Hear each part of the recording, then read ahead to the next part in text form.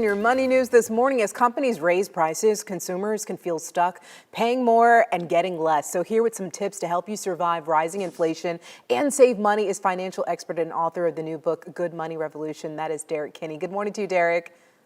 Good morning, Cleo. Great to see you as always. All right, I'm glad to have you. First of all, what's really causing prices to increase so much?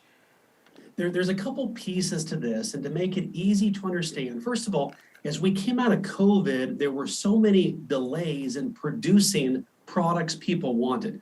And so because demand went up, as that went down, prices shot up. Also, and this is something debated on both sides of the aisle, many economists feel like the stimulus package the government gave out about a year or so ago also caused people to have more money to then want to buy more, but because there was less to buy, that also drove up prices. So there's several things converging at one time here.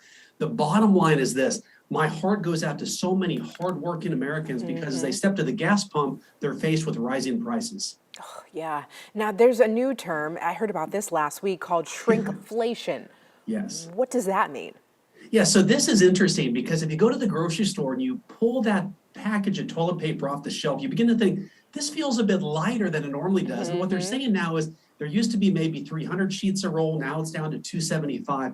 Or you walk to the dairy department and you pull the yogurt off the shelf and you think, this feels lighter, and you push your hand on the bottom and you realize that that bottom part is pushed up. You're maybe getting 4 ounces as opposed to 6. Or all of these types of things are happening. And the bottom line is this is crushing consumers, Cleo, because it's costing more and you're getting less. And what we know is typically prices don't come back down that often, and certainly quantities don't go back up in value. So we may be stuck with this for a while. Oh, Derrick. All right. For consumers that are already on a tight budget, what options do they have to save money? Well, first of all, you want to think about what are the things that are essential to you right now. We learned this from COVID, that category required versus essential. And for many people, that means cutting back some of those luxury items. Maybe it's the flavored water or the dessert they like to have, all those things we like to enjoy after a hard week of work, for goodness sakes. But we may have to make some cutbacks. But here are some things to think about. First of all, possibly buying store brand products has been proven to save money. Also buying in bulk. And here's sort of a creative idea to talk to your family about. Gather around the table if you've got kids and so forth and say, look, we all want to save money. What are ideas that we can come up with as a family to save money? That way we're all on the same page working to save money. There can be some good money lessons there as well. Oh, really good advice there. Derrick, before we go here, one thing you talk about in your book, Good Money Revolution, are some practical ways for people to make more money. How can people start doing that?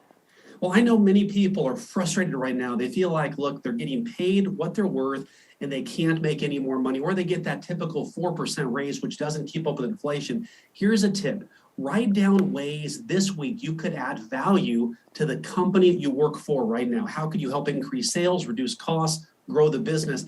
Set up a meeting with your boss and say, look, I like working here.